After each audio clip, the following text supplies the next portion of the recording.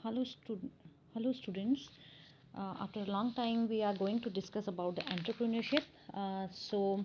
Earlier we have done some chapters and the basics of entrepreneurship, and then what is just a minute. We have done about the entrepreneurship, then elements of entrepreneurship, determinant and importance of entrepreneurship, what is creativity, what is innovation. We have earlier discussed what is entrepreneurship, intrapreneurship, technopreneurship, culture entrepreneurship, international entrepreneurship. That are all very important from examination point of view. And today we are going to discuss about the contemporary role model uh, in Indian businesses.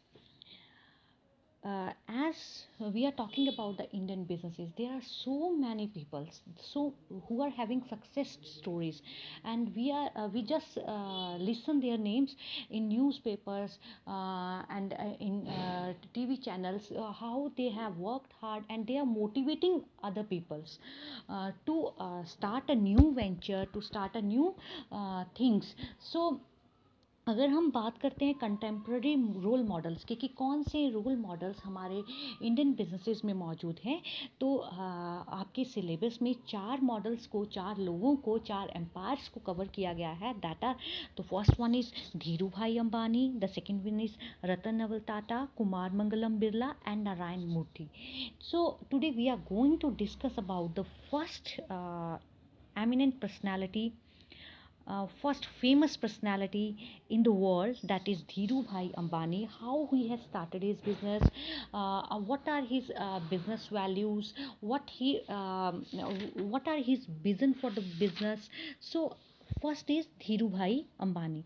Let me start with the values which he has given about the businesses.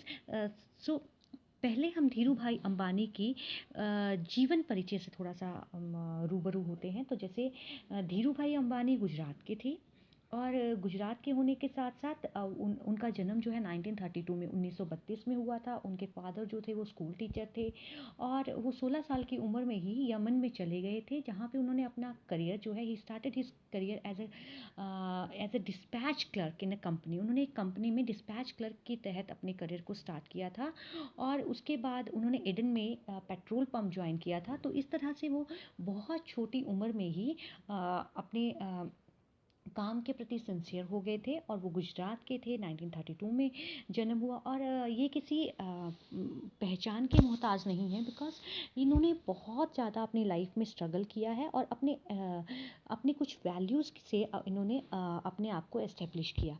जैसे इन्होंने मैंने कहा कि ये अपनी 1932 में इनका जन्म हुआ, तो 16 साल की उम्र में ये यमन में एडन में चले गए.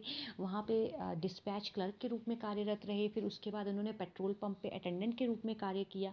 तो इसके बाद ये इंडिया वापस आए 1958 में, 1958 में. और उसके बाद जैसे इन्होंने रिलायंस टेक्सटाइल शुरू किया.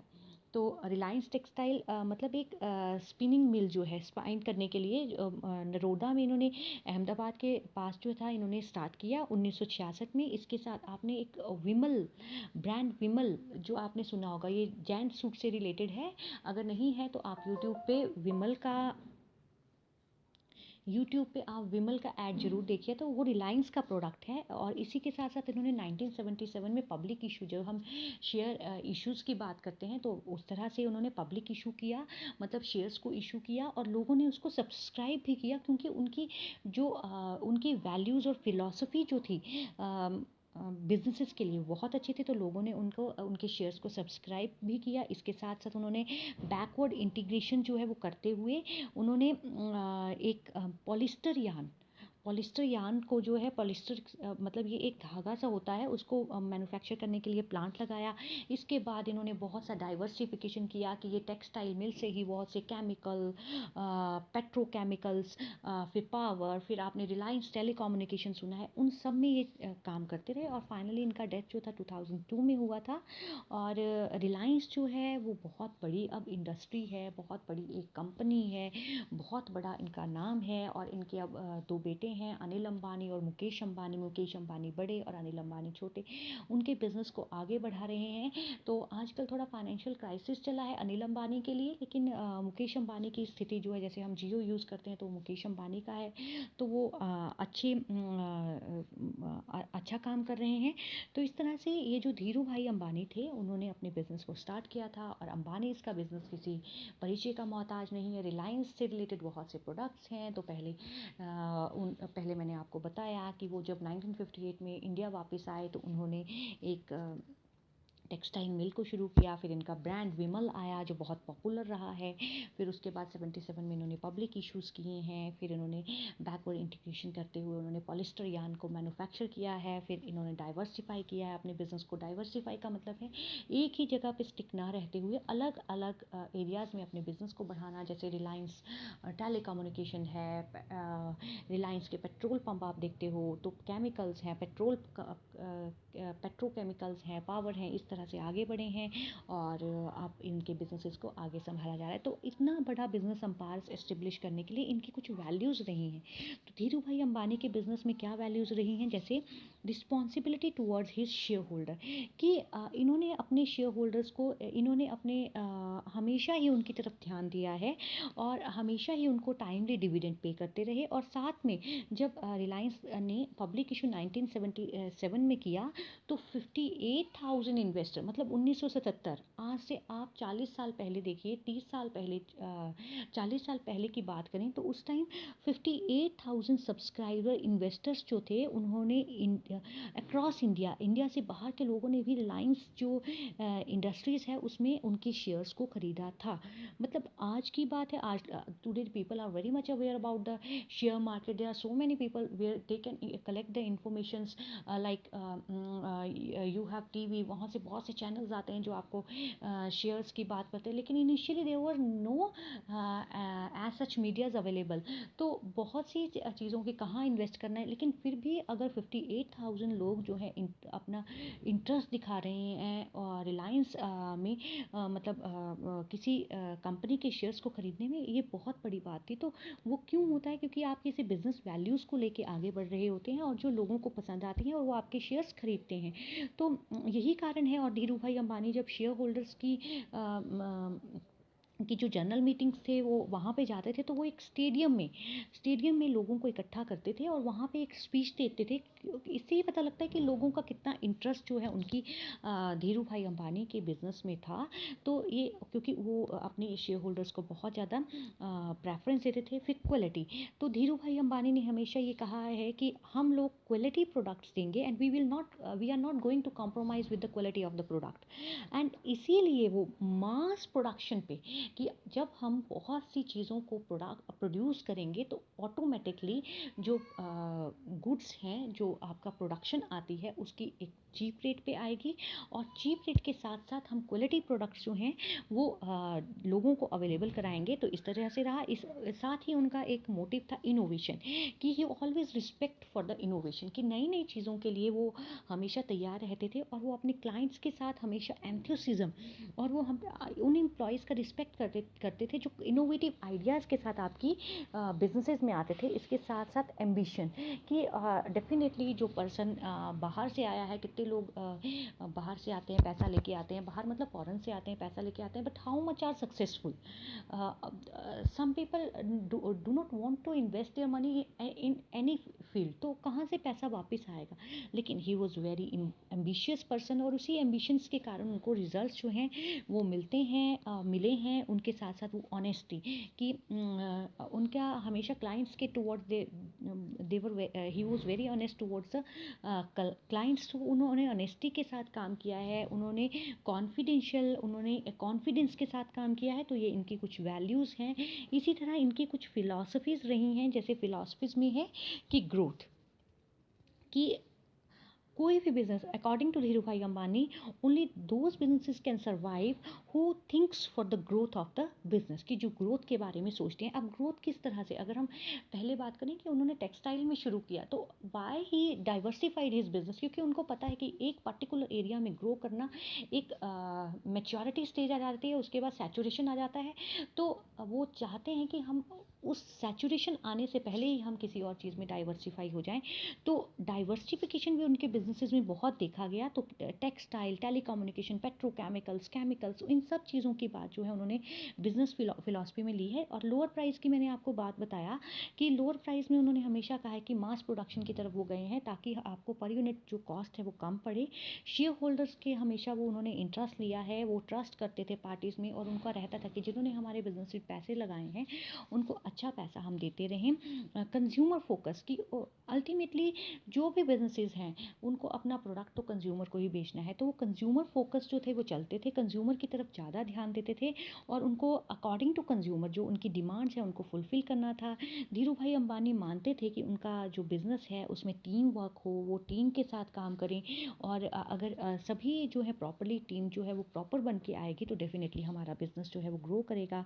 इसके साथ साथ सोशल रिस्पॉन्सिबिलिटी, बिज़नेस की कुछ सोशल रिस्पॉन्सिबिलिटी होती है डिफरेंट लोगों के लिए, कंज्यूमर के लिए, गवर्नमेंट के लिए, ऑनर के लिए, तो उनको वो करते हुए आगे बढ़े हैं। और वो कंपटीशन की भी रिस्पेक्ट करते थे कि वो मानते हैं कि if there is competition only then business will think for the better things, कि उनके पास और वो सही बेटर अच्छे से भी करेंगे और राइट चीज़ों के बारे में सोचेंगे। तो ये उनकी कुछ फिलॉसफी रही है। इसके साथ साथ इम्पॉर्टेंट एलिमेंट जो उनके एंटरप्रेन्योर धीरू भाई अंबानी के रहे हैं वो क्या है कि रिस्क टेकिंग। बहुत सी डेफिनेशंस जो हैं आपके, बहुत सी कोट्स जो हैं उन्होंने दी है कि रिस्क टेकिंग, उन्होंने बोला है true entrepreneurship comes only from risk taking, कि जब हम रिस्क लेते हैं, और आप पढ़ते ही हैं कि business always surrounded with the risk, कि रिस्क के साथ साथ ही बिजनेस चलता है। और बोलते हैं हायर रिस्क हायर प्रॉफिट, कि जितना आप ज़्यादा रिस्क लेते हो उतना ही आपको प्रॉफिट जो है वो बढ़ता जाता है। फिर उन्होंने कहा टेकिंग इनिशिएटिव, कि हमेशा ही इंसान को कुछ नया करना चाहिए, कुछ इनिशिएटिव्स लेने चाहिए। एंड पाथ फाइंडर, कि हमेशा ही आपको बना बनाया रास्ता नहीं मिलेगा। अगर आप एक जंगल में जाते हैं तो उस जंगल में आपको सबसे पहले खड़े होना पड़ता है, वो दैट इज़ इनिशिएटिव, कि सबसे पहले आप खड़े हुए और फिर झाड़ियों को काटते हुए आपको एक पाथ बनाना पड़ता है, और उस पाथ को ही, उस रास्ते को ही दूसरे लोग फॉलो करते हैं, दूसरे लोग अपनाते हैं। तो आपको इनिशिएटिव लेना है और आपको पाथ फाइंडर बनना है, ताकि लोग आपके बनाए हुए रास्ते पे आगे बढ़ सकें। तो उनकी ये एक एलिमेंट रहा है। और फ्यूचर ओरिएंटेड, ये आगे मतलब बढ़ने वाले हैं, और ऑलवेज टेक्नोलॉजी को वो रिस्पेक्ट करते हैं। तो और टेक्नोलॉजी को जो रिस्पेक्ट करते हैं, इट मीन्स कि वो जो है वो बहुत ही इनोवेटिव हैं, टेक्नोलॉजी टेक्नो सेवी हैं। तो इस तरह से करते थे। और provide value for man power, man power का मतलब जितने भी लोग आपके ऑर्गेनाइजेशन में काम कर रहे हैं वो they are the most important, और उनको उनके अकॉर्डिंगली काम कर रहे हैं उनके अकॉर्डिंगली उनको वर्किंग इन्वायरमेंट प्रोवाइड किया जाना चाहिए। तो बोलते हैं a motivated man power is the most important thing. और अगर आपके ऑर्गेनाइजेशन में जो एम्प्लॉयज़ आ रहे हैं, जो लोग आ रहे हैं, जो वर्कर्स आ रहे हैं, if they are highly motivated then they will do their work with great zeal. फिर है डिटर्मिनेशन एंड परफेक्शन, कि उनका मानना था कि if you will do with if you do any work with determination and with perfection success will follow, कि अगर आप किसी भी काम को पूरे डिटर्मिन्ड होकर निश्चित रूप से करते हैं और हमेशा अच्छे से करते हैं, देन डेफिनेटली आपके पास जो सक्सेस है, सफलता है, वो आएगी आएगी। अगर आप अच्छे से बीकॉम फाइनल की पढ़ाई करते हैं, वेदर द सिचुएशंस आए, अब चाहे कोविड आया है चाहे कुछ भी आया, अगर आप अपने आप ही थोड़ा पढ़ाई की तरफ ध्यान देते हैं, डिटर्मिन्ड हो जाते हैं और उसको परफेक्शन के साथ करते हैं, तो definitely you will get good marks in your examination. तो इसी तरह बिजनेस में, इसी तरह किसी भी चीज़ में है, चाहे आप कॉम्पिटिटिव की तैयारी करो, चाहे आप किसी बिजनेस को चलाओ, अगर आप डिटर्मिन्ड और परफेक्शन के साथ कोई काम करते हैं तो डेफिनेटली सक्सेस आपके पास आती ही आती है। कन्विक्शन एंड पेशेंस, कि इंसान में पेशेंस होना बहुत ज़रूरी है, और कभी कभी भी उसको छोड़ना नहीं है किसी काम को। Don't give up, courage is my conviction. तो मतलब जितना आप में साहस होगा उससे आप आगे ही बढ़ेंगे। द नेक्स्ट वन, तो ये कुछ फिलॉसफीज़ हैं, ये कुछ कोट्स हैं जो धीरू भाई अंबानी ने दे रखी हैं। और धीरू भाई अंबानी जो हैं एक रिनाउंड नाम है, एक बहुत जाने पहचाने हस्ती हैं। तो उन्होंने वो कुछ वैल्यूज़ को लेके आगे बढ़े और उन वैल्यूज़ की बात हमने आगे की आपसे। और कल हम नवल जो टाटा हैं उनकी बात करेंगे, रतन टाटा के बारे में पढ़ेंगे। तो thanks for watching this video and prepare notes for this chapter. Thank you very much.